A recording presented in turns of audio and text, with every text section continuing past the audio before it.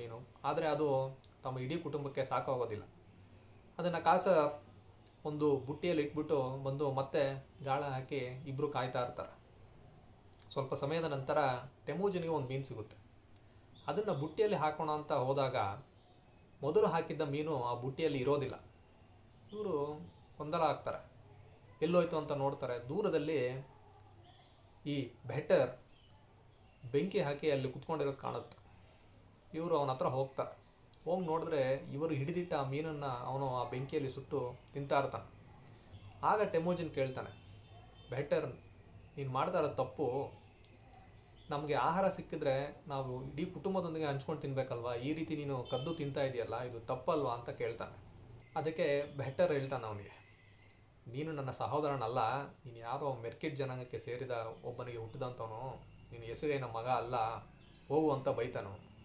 ಅದನ್ನು ಕೇಳಿಸ್ಕೊಂಡು ಟೆಮೋಜನಿಗೆ ತುಂಬ ಕೋಪ ಬರುತ್ತೆ. ಅವನ್ನ ಹೊಡೆಯೋಣ ಅಂತ ಅವನು ಹೋಗ್ತಾನೆ. ಅಷ್ಟೊತ್ತಿಗೆ ಬೆಟರ್ ತನ್ನ ಖಡ್ಗವನ್ನು ತೆಗಿತಾನೆ. ಅದನ್ನು ನೋಡಿಬಿಟ್ಟು ಟೆಮೋಜಿನ್ ಹಿಂದೆ ಸರಿತಾನೆ. ಅವನಿಗೆ ತುಂಬ ಕೋಪ ಬಂದಿರುತ್ತೆ. ಆದರೆ ವಾಪಸ್ ಹೊರಟೋಗ್ತಾನೆ. ತುಂಬ ಮಧ್ಯಾಹ್ನ ಒಂದು ಮರದ ನೆರಳಲ್ಲಿ ಬೆಟರ್ ಮಲ್ಕೊಂಡು ನಿದ್ರೆ ಮಾಡ್ತಾ ಇರ್ತಾನೆ. ಟೆಮೋಜಿನ್ ನಿಧಾನವಾಗಿ ಬರ್ತಾನೆ, ಕೈಯಲ್ಲಿ ಬಿಲ್ಲು ಬಾಣ. ಬೆಟರ್ ಮಲಗಿರೋ ಜಾಗಕ್ಕೆ ಹೋಗ್ತಾನೆ. ಅವನ ಮುಂದೆ ನಿಂತ್ಕೊಳ್ತಾನೆ, ಜೋರಾಗಿ ಕಿರ್ಸ್ಕೊಳ್ತಾನೆ, ಬೆಟರ್ ಎದ್ದೇಳು ಅಂತ. ಬೆಟರ್ ಗಾಬರಿಯಿಂದ ಎದ್ದು ನೋಡ್ತಾನೆ. ಮುಂದೆ ಟೆಮೋಜಿನ್ ಕೈಯಲ್ಲಿ ಬಿಲ್ಲು ಬಾಣ. ಏನೋ ಶಬ್ದ ಆಗ್ತಾನೆ ಅಂತ ಹಿಂದೆ ತಿರುಗಿ ನೋಡ್ತಾನೆ. ಹಿಂದ್ಗಡೆ ಕಾಸರ್ ಬಿಲ್ಲು ಬಾಣ ಇಟ್ಕೊಂಡು ನಿಂತ್ಕೊಂಡಿದ್ದಾನೆ. ಇವನಿಗೆ ತುಂಬ ನಡ್ಕ ಉಂಟಾಗುತ್ತೆ. ಅವನು ಹೇಳ್ತಾನೆ, ಟೆಮೋಜಿನ್ ಏನು ಮಾಡಬೇಡ ಅಂತ.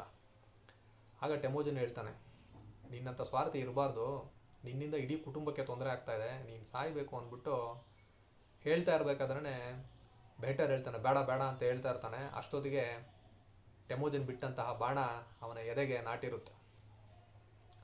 ಹಿಂದ್ಗಡೆಯಿಂದ ಕಾಸರ್ ಬಿಟ್ಟು ಆ ಬಾಣ ಅವನ ಬೆನ್ನಿಗೆ ತಾಗುತ್ತೆ. ಅವನು ನೆಲಕ್ಕೆ ಉರುಳಿ ನರಳಿ ಸತ್ತೋಗ್ತಾನೆ.